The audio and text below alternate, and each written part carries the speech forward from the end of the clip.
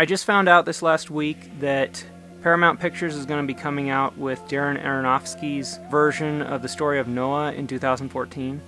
This movie is apparently going to be in complete contradiction to all the biblical and historical accounts that we know to this point. First, let's look at the world. According to the biblical and historical accounts, the world is absolutely full of giant plants, giant animals, and giant people. People at that time were about 12 feet tall. In contrast, Paramount Pictures is going to be displaying a world where the sin of man has ravaged the earth to the point where there's almost no trees, no animals, and no people left. If they stick closely to the original script, Anthony Hopkins, who plays the role of Methuselah, will be an occultic shaman.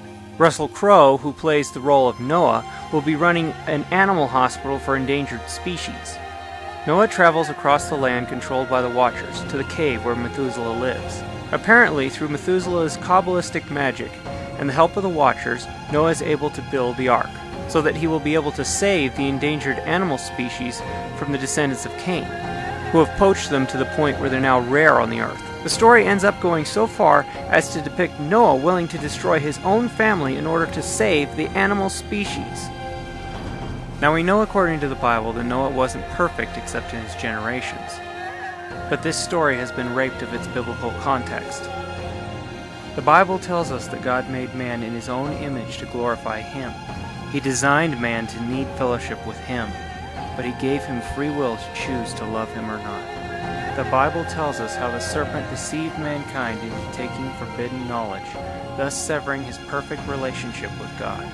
Genesis 6 and the historical book of Enoch tell us how Lucifer deceived his fellow angels into continuing his evil work and infecting the human bloodline with a race of fallen giants so that the seed of the woman could never be his undoing. The salvation of man was what motivated God to destroy the old world.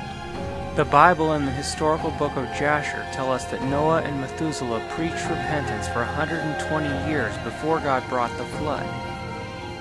By faith Noah, being warned of God of things not seen as yet, moved with fear, prepared an ark to the saving of his house, by the which he condemned the world and became heir of the righteousness which is by faith.